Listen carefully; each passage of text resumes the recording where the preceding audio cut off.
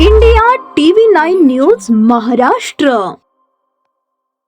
एकतर्फी प्रेमातून अल्पवयीन मुलीचा वारंवार पाठलाग करून तिचा विनयभंग करणाऱ्यास जिल्हा व सत्र न्यायाधीश जयदीप मोहिते यांनी 3 महिने कारावास व 2000 रुपये दंडाची शिक्षा सुनावली.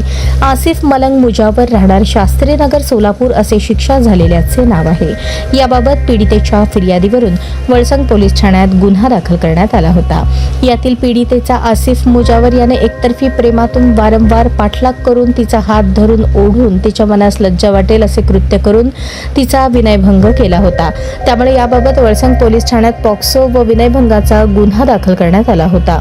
या गुन्ह्यात आसिफ मुजावर यास अटक करून पोलिसांनी तपास करून न्यायालयात दोषारोप पत्र पाठवले होते.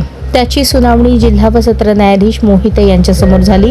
सरकारी पक्षाने केलेला युक्तिवाद, पीडितेची साक्ष व पुरावा ग्राह्य धरून न्यायाधीश मोहिते यांनी आरोपी मुजावर यास विविध कलमांखाली 3 महिने कारावास व 2000 रुपये दंडाची शिक्षा सुनावली.